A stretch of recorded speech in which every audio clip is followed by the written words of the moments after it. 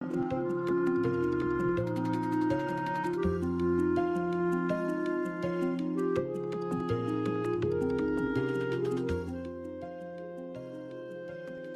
story of the kings and queens of England is more surprising than you might think.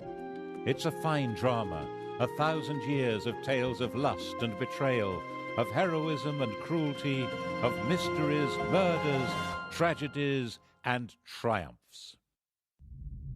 But there's more than that. For example, one of the most reliable chronicles describes how a king of England proposed adopting Islam as the national religion. This episode, the first of 6, includes that tale. It tells the story of the English crown from 1066 to 1216, from one French invader, William, to the next, Louis. Yes, Louis.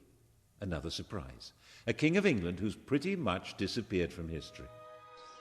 It's easier to say where the history of the English monarchy ends than where it begins. It ended on the 14th of October 1066, here at what became Battle Abbey on Senlac Hill near Hastings. We all know that this was where Harold was killed and replaced by William the Conqueror, and Harold was the last Englishman to be crowned king. From then on, the sovereign would always be from a foreign family, right down to Queen Elizabeth II.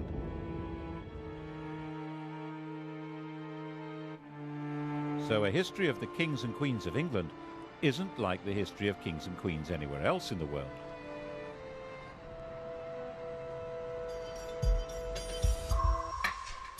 What happened here on that October day started a completely new history, which is why it's the one date in history that everybody knows.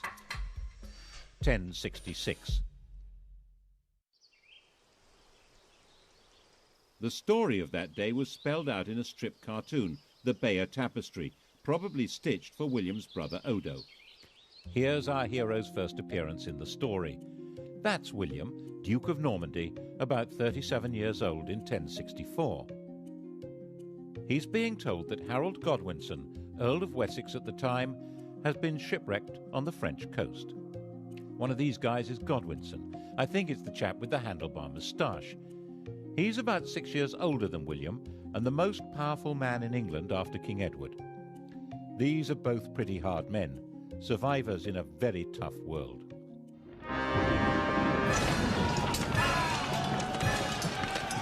William spent his whole life fighting for survival and was good at it. By the time he was 20, he'd established complete control over Normandy. From then on, he was fighting to hang on to what he had.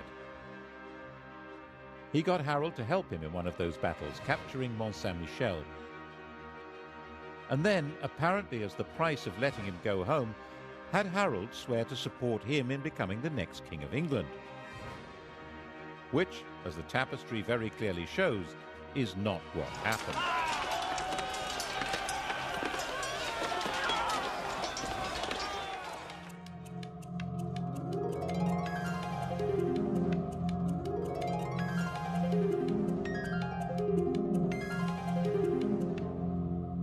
When old King Edward died, Harold, as we all know, had himself crowned instead.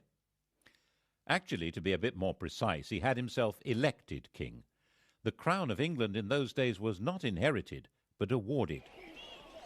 In William's view, this had all gone very badly wrong, so he set about putting it right. The Norwegian ruler, Harald Hardrada, took a similar view. There was an old Norwegian claim to England, which he decided to revive by launching an invasion of his own. Their two fleets arrived within a few days of each other, one in the north of England, one in the south.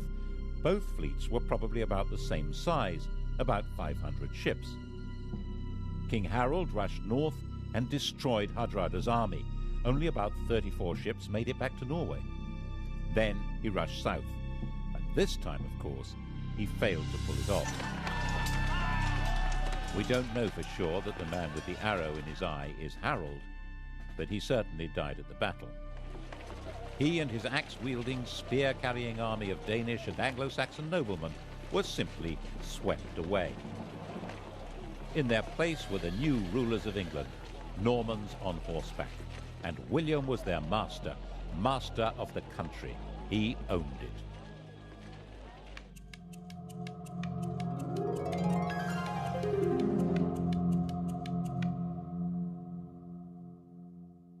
He was not an elected king. When he went to London to be crowned on Christmas Day, the population, thinking that was their duty now, tried to elect him. They acclaimed him with loud shouts. The Normans, not knowing what was going on, thought this was some kind of uprising. They rushed out of Westminster Abbey and burned London down. England had become a new kind of kingdom, one which was owned lock, stock and barrel by its king. The story we're telling through this series, the story of 1,000 years of English history, is the story of this alien conqueror and his successors to the throne. It's the story of how they changed England and changed with it, eventually turning into puppet rulers, symbols of power they cannot wield, and how in that transformation they survived through tides of revolution and republicanism, so that today, while they're not quite the only surviving royals in Europe, they alone still lay claim to majesty. Now, how did that happen?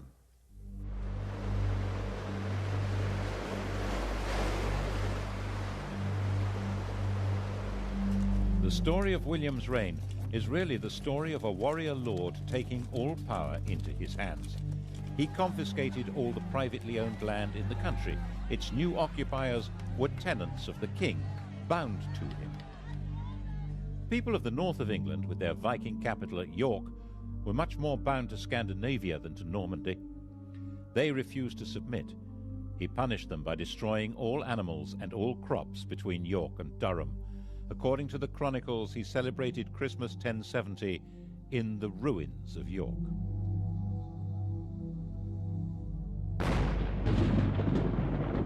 The inhabitants were reduced to starvation, even cannibalism. 16 years later, when all the land in England was accounted for and valued in his Doomsday Survey, there were places in Northumbria that were still utterly worthless. The church, too, was made Norman, and old Anglo-Saxon ways crushed. At Glastonbury, archers were stationed inside the abbey, and orders given that the old chants should be replaced by new ones from France. 21 monks were shot. And yet there were limits to his power. A few thousand Normans, most of them not even understanding the language of their new country, couldn't run the place. They needed the English to keep everything working, and William understood that perfectly well. His coronation, he made an oath to uphold the laws of King Edward, to uphold good law and renounce bad. The old courts would continue to function, and old traditions would normally be respected. This oath would become fundamental to the coronation of any king.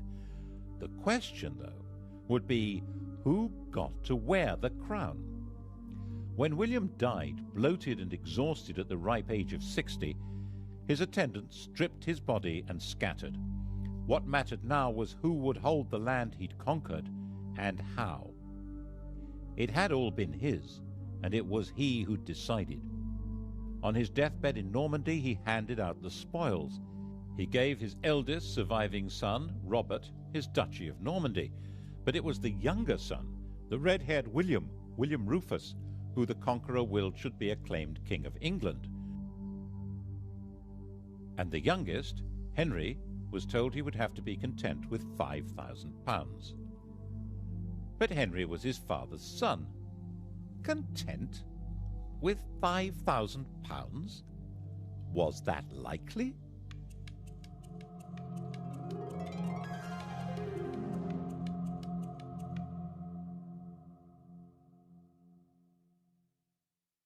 The key to the plotting that followed was that, of course, none of the brothers was content. Henry stirred the brew of resentment that made Robert try to take the kingdom of England from William, and William try to take the Duchy of Normandy from Robert. And Henry was always changing sides, weakening them both. Eventually Robert, tiring of the whole struggle, decided it would be more satisfying to fight Saracens than his brothers, and went off on crusade. William was now secure and powerful, and Henry changed his policy. He was now William Rufus's very best friend. The Bishop of Lincoln later said that when Henry praised anyone, he was sure to be plotting that person's destruction. It does seem as though Henry concentrated on quietly stirring up discontent among churchmen and barons in England, which was not hard, as William Rufus needed their money and had little to offer in return, except to give to some what he'd taken from others. And besides, William Rufus wasn't their kind of chap. He didn't marry, he had no children, and as one chronicle puts it, "All things that are loathsome to God and to earnest men were customary in this land in his time. And therefore he was loathsome to well nigh all his people, and abominable to God." Which is, of course, homophobic chronicle speak for being gay. On the 2nd of August, in the year 1100, both William and Henry were hunting separately in the New Forest. It was the last day of William Rufus's life. No one knows who fired the arrow that ended the reign of William Rufus. His companion Tyrrell immediately fled and disappeared abroad. William's body was abandoned where it lay, at a spot still marked by this stone. The next day, local peasants took it in a cart to Winchester. Henry had arrived before them. Winchester was where the royal treasure was kept. He demanded the treasury keys from the guards. They refused to hand them over, saying that Robert, his elder brother, was the rightful heir. Henry drew his sword and declared that no one should stand between him and his father's scepter. Resistance collapsed, and when the peasants arrived with their cart, the lords of England were busy electing Henry as their king, the first elected ruler of England since Harold Godwinson.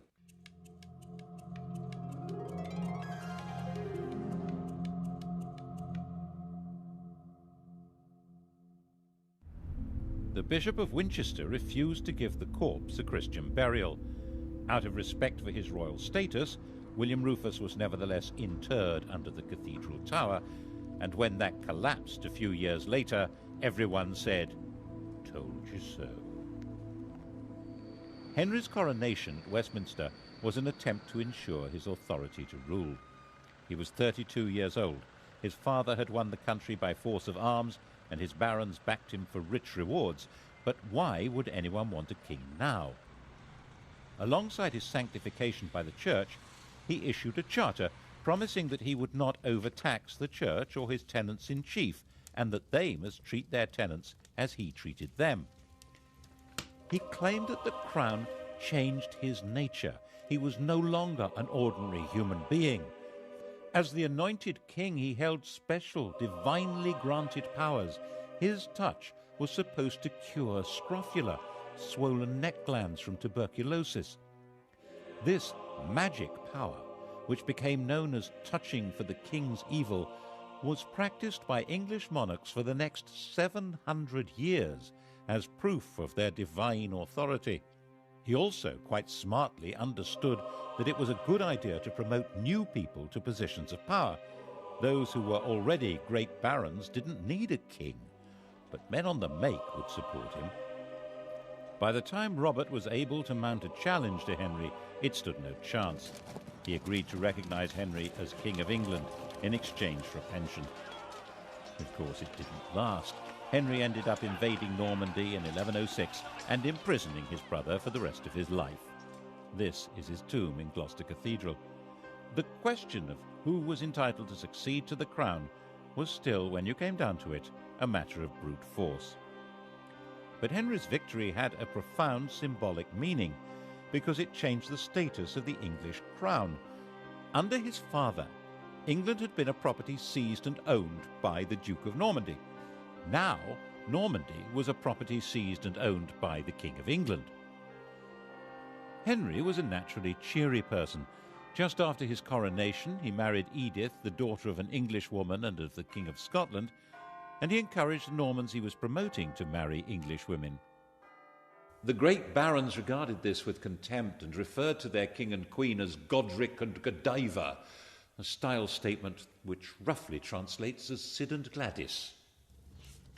As sturdy warriors, they also didn't appreciate the fact that he was literate in 3 languages. His other nickname, Henri Beauclerc, means Henry the Swat. But those great barons were having their power undercut as Henry recruited his government officers and judges from the church. He supervised his kingdom by moving his court from one centre to another. It was a great travelling performance, like a circus, with no permanent home. He spent half his time in Normandy, but when he was away, the kingdom was run by a totally reliable civil servant, Roger, the Bishop of Salisbury, who was called the Justiciar. The idea of government by a system rather than by a man was beginning to take shape. He sent judges on their own tours of the country and enforced the laws harshly, which seems to have been quite popular according to the chroniclers. But his punishments were often based on the idea that people were guilty until proved innocent, and there was no time to do that. Were England's lanes really full of blinded and mutilated men muttering, "Firm but fair"? You'd think so from the sources we have. They liked a strong king. And he managed to keep the treasury well stocked with money, which meant he could buy loyalty when he needed to. The key to this was his system for checking his income. Twice a year, sheriffs and royal officials from all over England had to bring their money to be counted by being shunted around in piles on a checkered cloth like a chessboard. Checked. It was called the Exchequer. The system worked so well that the cabinet minister in charge of the nation's finances is still called the Chancellor of the Exchequer, and we still use paper chitties called cheques. By a combination of force and diplomacy, he controlled and to some extent colonized Wales. Relations with Scotland were fine. 3 of his wife's brothers became kings there. England was becoming a peaceful, stable, and successful kingdom. Henry sent his young daughter Matilda to Germany to marry the Holy Roman Emperor, and in 1116 he held a great assembly at Salisbury where all the barons, nobles, and bishops swore homage to his son William as his successor to the crown. In 1120, young William was a star, an enthusiastic warrior, a keen huntsman, and the heir apparent. He'd been in Normandy with his father fighting the King of France, and the whole party was returning to England. William and his pals were travelling in a brand new ship, the White Ship. They were the 12th century English jet set, the millionaire knightly lads who were heirs to most of England and Normandy. Once they got on the ship, there was a terrific party. Alcohol was taken, and how? Soon it became really rowdy. The Hooray Henrys yelling at one another and throwing off a bunch of priests who'd come to bless the voyage. William's cousin, Stephen of Blois, had an upset stomach, and he felt he needed a bit of peace and quiet, so he decided to go ashore and take a later ship. By the time they got to sea, it was already dark and the other ships were way ahead. The wind was light. William decided to catch up with the king and ordered the chaps to start rowing. The master was as drunk as anyone else, so they began to speed into the dark, 50 oars pushing this state-of-the-art longboat at a terrific lick. That was when they sailed straight into a rock and smashed the ship open.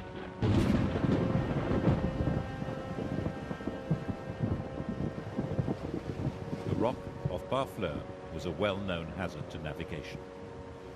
The cries of the drowning company were heard on shore and on the king's ship, but everyone thought the party was still in full swing. In fact, the future of England had just been destroyed in the equivalent of a drunken car crash.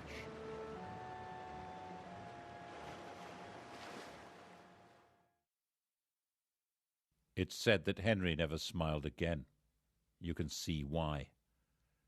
6 years after the fatal crash, not knowing what else to do, Henry obliged the barons, nobles, and bishops of England to swear fealty to his daughter Matilda as his successor, just as he'd had them swear to his son. But there was, of course, a huge difference. No woman had ever ruled in her own right in either England or Normandy.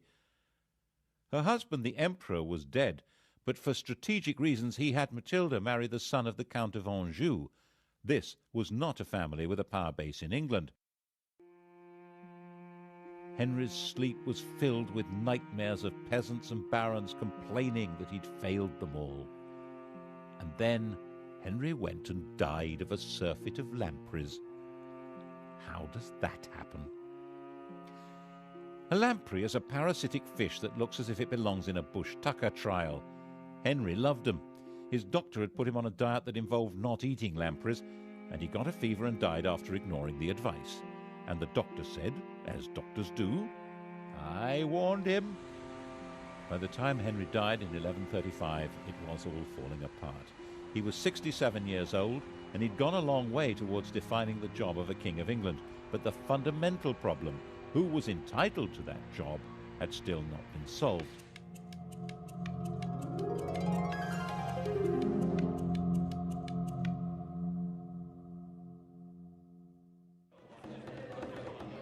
Matilda was in Anjou with her husband, and then up popped Stephen of Blois, who sailed from Normandy to England and claimed the crown. Stephen, who had been saved from drowning on the White Ship by an urgent need for a lavatory. He was the son of Henry's sister, a legitimate grandson of William the Conqueror. He'd also been the leading baron to swear fealty to Matilda as the heir apparent, but that was then, and this was now. He was 38 years old, backed by his very tough mother, and one of his brothers was the Bishop of Winchester with the keys to the royal treasury. The wife of the Count of Anjou was not a popular choice with the barons. Stephen was a Norman.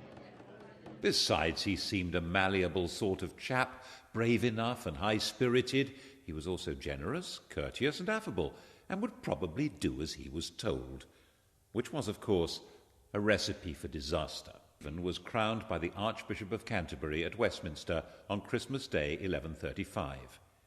He issued what was now the traditional coronation oath, promising to respect the old laws and be nice to everyone. According to the Anglo-Saxon Chronicle, when they saw that the king was a good-natured and kindly man who inflicted no punishment, they committed all kinds of terrible crimes. All had done homage and sworn oaths of fealty, but none were kept. Meanwhile, Matilda was enraged and, of course, had her own supporters. England was moving rapidly to civil war. Stephen was insecure. He surrounded himself with people from near Blois, Flemings, which didn't go down well with the barons. He bought loyalty until he'd emptied the treasury, and then began confiscating property so that he could pay his supporters. By the time Matilda landed to claim her throne in 1141, Stephen was trying to put down rebellion after rebellion. He was a brave, even ferocious fighter, but his support melted away, and he was captured in a battle at Lincoln. Stephen was Matilda's prisoner. A church council declared that he was deposed by the manifest judgment of God and recognized Matilda as queen. Matilda proceeded to Westminster and was all set to be crowned. And then something went peculiarly wrong. Something that carries an extraordinarily clear message about the job of being the monarch of England. All Matilda's understanding of monarchy had been learned in Germany, where she'd been empress since she was 12 years old. She had been popular and successful there. After the emperor's death, when Henry I had brought her back to England, some German princes of the empire followed her to demand her back as their sovereign. But the sovereignty she had learned was absolute power. The emperor's will was law. The only possible higher law was the church. That was not how it worked in England. Even the conqueror had promised at his coronation to respect the laws of England. But Matilda flatly refused. She didn't need a coronation to be queen. In her view, she already was. She behaved imperiously, which might mean magnificently in German, but meant intolerably in English. And when the citizens of London petitioned her for a renewal of King Edward's laws, she not only refused to listen, but demanded a heavy tax from them. So they threw her out. Stephen was released from prison and resumed his battered kingship. In fact, he had a second coronation. Matilda roamed around the Midlands and the West Country fighting for a throne that she was entitled to, but could never have. In 1143, just before Christmas, Stephen finally had her trapped and starving in Oxford Castle. But unbelievably, Matilda and 3 knights got away. It had snowed, and that night, dressed entirely in white, they dropped over the walls to the frozen water below. They moved, silent and invisible in the fresh snow, right through Stephen's camp. It was another 5 years before Matilda gave up and returned to Normandy. But she simply handed the torch to her son Henry, who came to England when he was 16 to carry on the struggle. And so the fighting went on, year after year, and the country was in effect without law and without government. As the Anglo-Saxon Chronicle said, castles were filled with devils and evil men. Christ and all his saints were asleep. Stephen naturally intended his own son Eustace to succeed him, but in 1153 both Eustace and Stephen's wife fell ill and died. Stephen had had enough. At the end of the year, Stephen and Henry rode together into London. There the king proclaimed a new foundation for the kingdom. Henry was now his own adopted son and would be his successor as King of England. Although Stephen would remain king for life, Henry would take over the government immediately.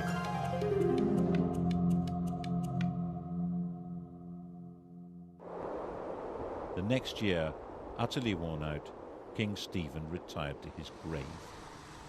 On the 19th of December 1154, there was a double coronation in Westminster Abbey. The 21-year-old Henry II was crowned king, and his 33-year-old wife, Eleanor, was crowned queen consort. Eleanor, Duchess of Aquitaine, knew all about being a queen. When she was 15, orphaned and the richest damsel in France, she was married to the heir to the French throne, and a few days later the pair became King and Queen of France. The King of France was a saintly figure with perhaps a rather low sex drive. Eleanor came from a family of lordly troubadours, whose court was dedicated to interesting love affairs. She later said that she thought she'd married a man, but had married a monk. She had a series of affairs, including one with Matilda's husband, Geoffrey of Anjou. He, rather dashingly, wore a sprig of broom, Plantagenista, in his hat, so people called him Plantagenet.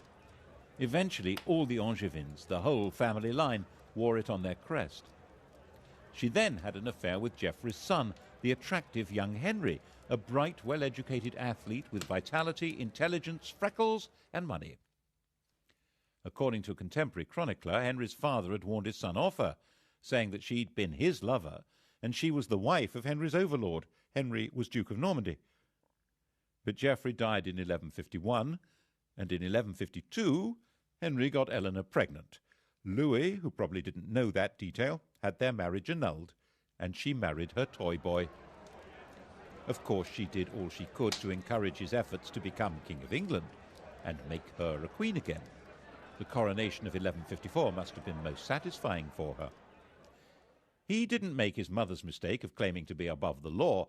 Instead, maintaining proper form, he issued a charter confirming all the liberties that were in force under his grandfather, Henry I. The combination of his lands and Eleanor's meant that this King of England ruled more than half of France, though as the vassal of the French king. It would have been too much for almost anyone. But Henry was a man of extraordinary restless energy, who travelled vigorously round his realms and would order his court to hit the road with no notice whatever. He got England up and running with astonishing speed. He had all newly built castles destroyed so that individual lords could not stand against him, and got the law functioning again. He organised government into ministries, with the Chancellor of the Exchequer playing the role we would now recognise as Prime Minister. The chap in question was the son of a London merchant. He was Henry's closest friend and colleague. They joked and drank together, and he lived as the greatest lord in the country, Thomas Becket. Between them, they reformed the currency, finance, government, and began the changes in the judicial system that would lead to the system of trial by jury. England was beginning to develop a commercial life. Towns were growing, the population was becoming better educated. The new system for running royal courts asked groups of local people, often peasants, to report and decide the facts of the case. The system that had worked for the conqueror allowing the people to run their own country, was at the heart of Henry's way of getting everything up and running again. Perhaps that was why he needed a Londoner at the heart of his government. The next stage in his reforms was to reduce the power of the Church, which had become the only functioning judicial institution during the chaos of Stephen's wars. Anyone accused of a crime who could read a line of Latin was deemed to be a churchman. That made them immune from the royal court. They could only be judged and punished by the Church. Of course, the Church wouldn't agree to give up its privileges, so when the Archbishop of Canterbury died in 1162, it seemed a smart idea to install Thomas as the new Archbishop. Then he would deliver the Church to Henry. Actually, it seemed a pretty terrible idea to Matilda, who warned Henry not to do it. What did his mother know? Look what a mess she'd made of things. Eleanor was also against it, and she hadn't made a mess of anything. She'd been a very competent regent when Henry had been abroad, and must have seen what Henry had not seen, that Thomas Becket's driving force was not loyalty to Henry. Oh, surely not. She was just jealous that Henry spent more time with Thomas than with her. Henry was sure it was a really good idea. Of course, it was a really bad idea. Why did Becket become fanatically committed to the Church as soon as he got the job? Why did he wear Hessian underwear with lice and lash his body? Why did he oppose the king's plans more fiercely than any other bishop? He ended up excommunicating the bishops of London and Salisbury and sacking the Archbishop of York for not opposing the king. He'd already acquired all the earthly power and wealth possible. Now he had a bigger ambition. He was arguing that the Church must rule everyone, including the king. This was especially dangerous as Becket was hugely popular. Henry was given to rages, and the situation was bound to enrage him. Who will rid me of this turbulent priest? On the 29th of December 1170, 4 of Henry's loyal knights did just that. Slicing off the top of his head at the altar of his cathedral, in the words of an eyewitness, the red of the blood mixed with the white of the brains, like white of the lily and the red of the rose. This was shocking. Henry had to distance himself from Becket's murder and win the hearts and minds of his subjects.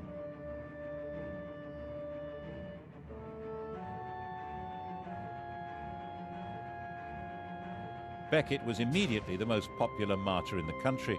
100,000 pilgrims flocked to the site of his death. He would obviously be made a saint as soon as possible. The danger, of course, was that the Pope would excommunicate Henry and pronounce an anathema against him as the murderer of England's primate. The population would turn against him in England, and the King of France would seize his vast lands across the Channel. Henry immediately fasted, went into extravagant mourning, and then did penance. Prostrating himself before the Canterbury altar, he was publicly lashed by a monk. It worked. He saved his kingdom from the Pope. Saving it from Eleanor was much more difficult.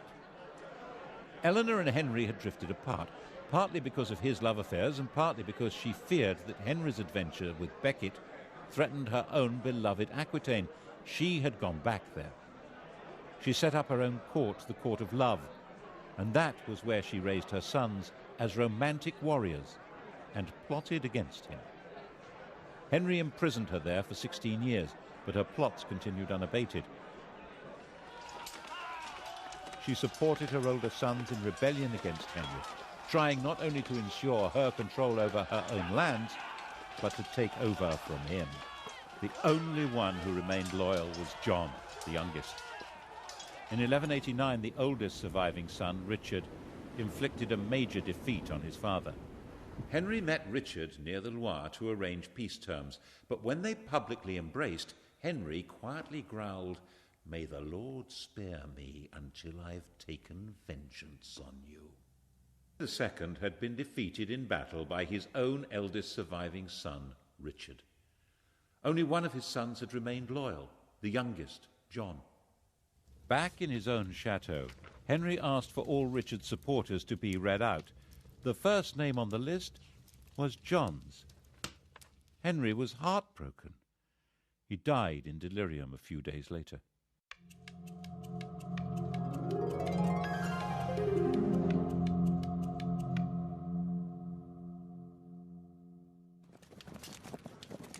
Eleanor's imprisonment was over. Henry had recognized Richard as his heir, and Richard intended Eleanor to rule England. He had more important things to do. Crusade.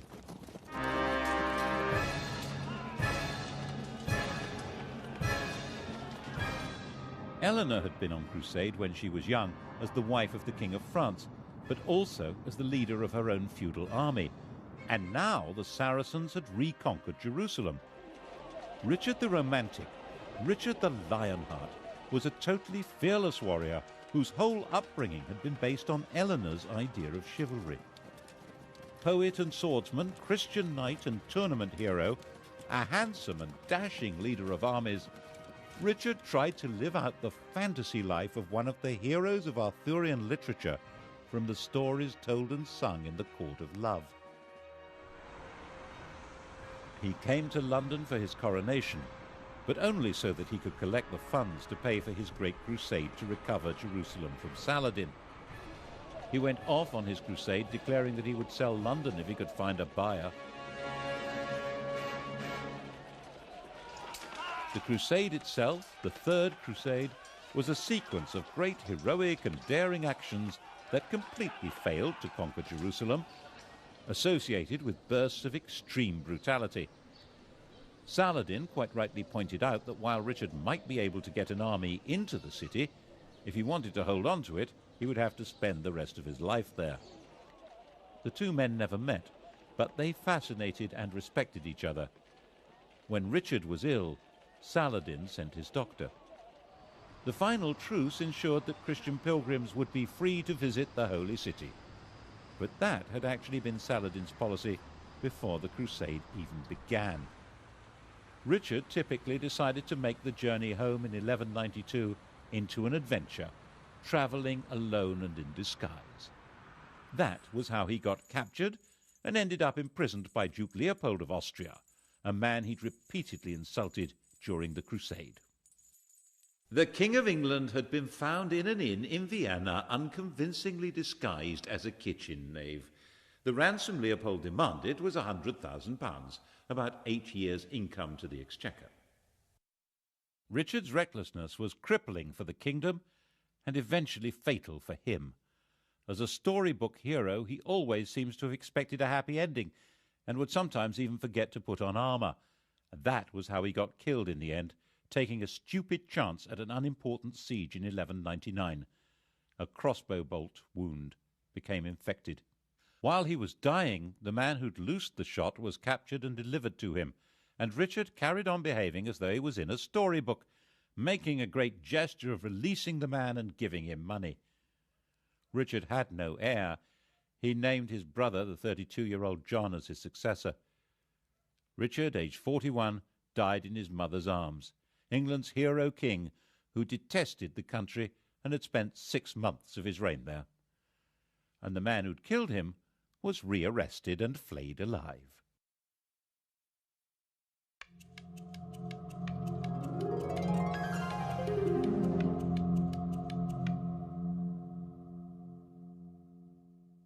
His little brother John was never meant to be king.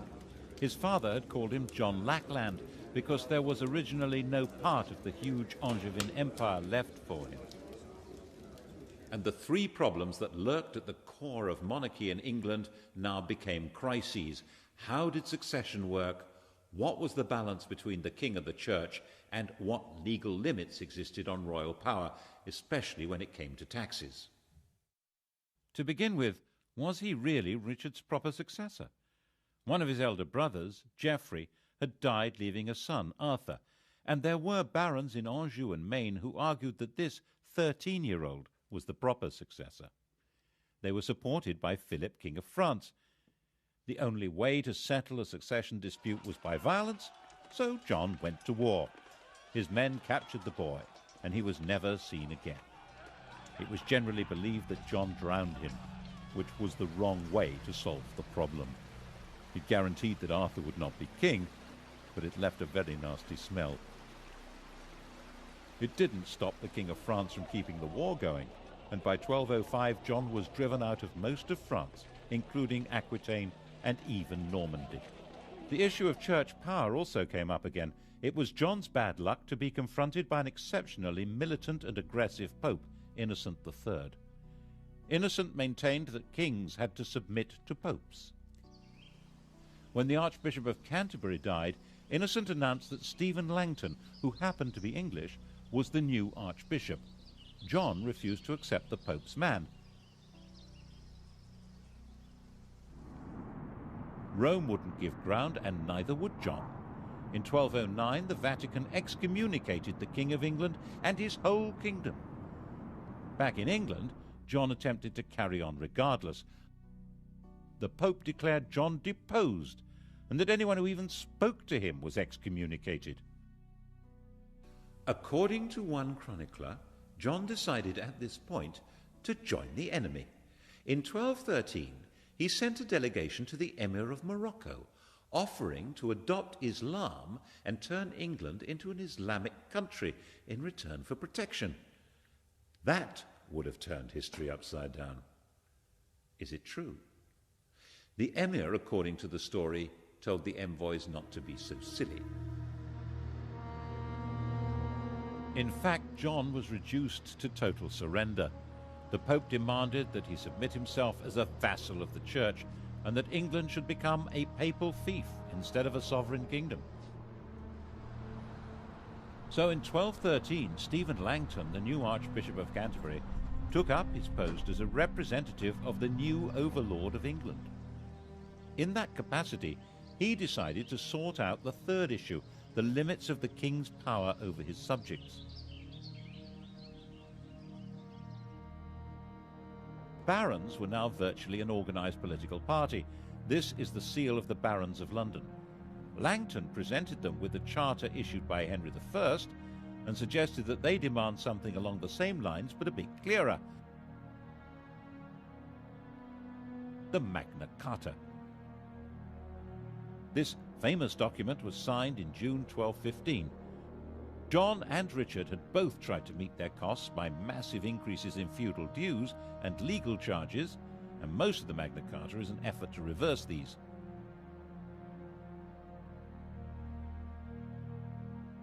But there are also other clauses that show that Langton and the barons thought that laws must bind the king himself as well as everyone else.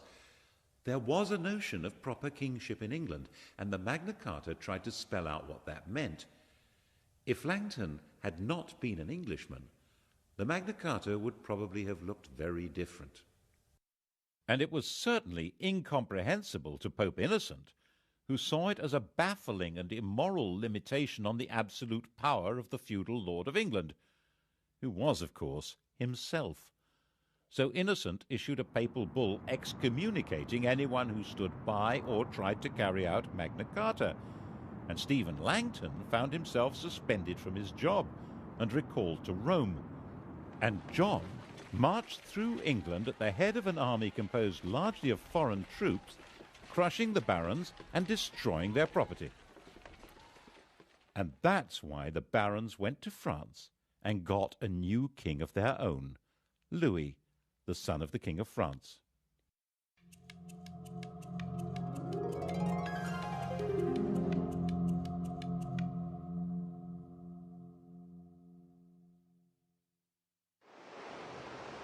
And so came the second French invasion of England in 1216.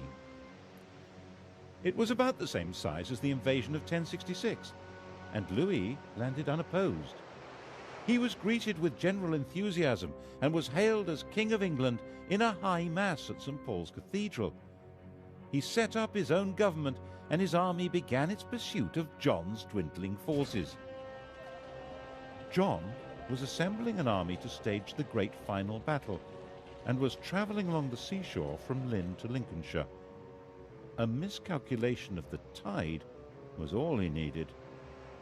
His whole baggage train was washed away, including his treasure and the crown jewels. Distraught, broken, he made his way to an abbey at Swineshead where he was comforted with the monk's latest experiment in beer making, which seems to have brought on dysentery, fever, and death.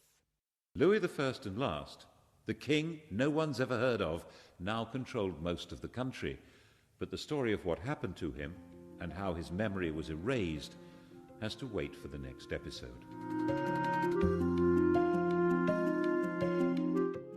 The story continues with the medieval kings and queens of England tonight at 10. And to find out more about Thomas Beckett's life and murder, Sky Digital viewers press red. Coming up on UK TV history, decisive weapons. What a difference the T-34 tank made to Soviet fortunes in World War II.